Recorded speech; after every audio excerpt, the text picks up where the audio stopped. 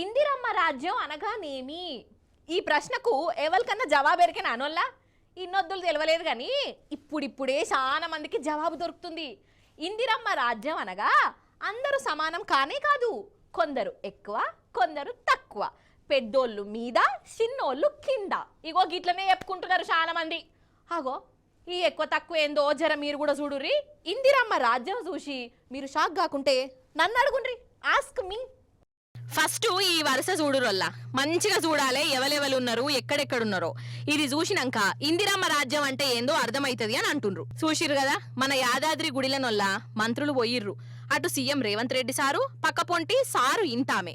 అటు Uttam Kumar Reddy sir, CM సార్కు ఇటు దిక్కేమో కోమటిరెడ్డి సారు, కింద పీట మీదనేమో ఉప ముఖ్యమంత్రి డిప్యూటీ సీఎం మన బట్టి విక్రమార్క సారు, అటు దిక్కు కొండా సురేఖక్క. ఈ వరుస వీళ్ళు కూసున్న తరీక చూసినాక పురాగా సంజయ్యే ఉంటది. ఇగో ఇది మన షెయి పార్టీల బట్టి విక్రమార్క సార్కిచ్చే ఇజ్జతి. గిట్లనే అనిపించిందోళ్ళ దళితులందరికీ. మంచిగా వాళ్ళేమో కుర్చీలో కూసున్నారు, అటు బట్టి సారేమో కింద పీట మీద కూసోబెట్టిర్రు. బీసీ మంత్రి సురేఖక్క కూడా కింద పీట మీదనే కూసునే. ఇక ఇట్లా చూసినాక దళితులు బీసీలు మస్తుల బాధపడ్డరోల్లా. వాళ్ళ గుండె తన్లాడింది. సరే బట్టిసారు లేటే వచ్చిండు అనుకుందాం, యాళ్లకు వాడ కుర్చీ లేదని అనుకుందాం.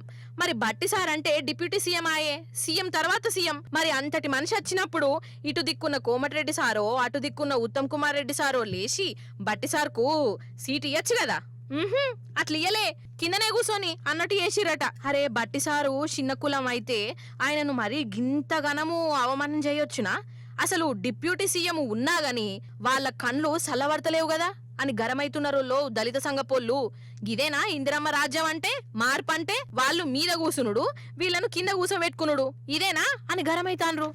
ఇవాళ మా వర్గాల ఆత్మగౌరవాన్ని కించపరిచేటట్టుగా రేవంత్ రెడ్డి గారు వ్యవహరించినటువంటి తీరు చాలా దుర్మార్గం. మీరు ఇక్కడ చూసినట్టయితే ఈ ఫోటోలో రేవంత్ రెడ్డి గారి దంపతులు, ముఖ్యమంత్రి గారి దంపతులు, ఉత్తమ్ కుమార్ రెడ్డి గారు, కోమటిరెడ్డి వెంకటరెడ్డి గారు వీళ్ళేమో పైన కూర్చున్నారు. వీళ్ళ కాళ్ళ దగ్గర డిప్యూటీ సీఎంగా ఉన్నటువంటి బట్టి విక్రమార్క గారు వాళ్ళ కాళ్ళ దగ్గర కూర్చున్నటువంటి. అదేవిధంగా బలహీన వర్గాలకు చెందినటువంటి మంత్రి కొండా సురేఖ గారు, దేవాదాయ శాఖ మంత్రి, వారు కూడా వీళ్ళ కాళ్ళ దగ్గర.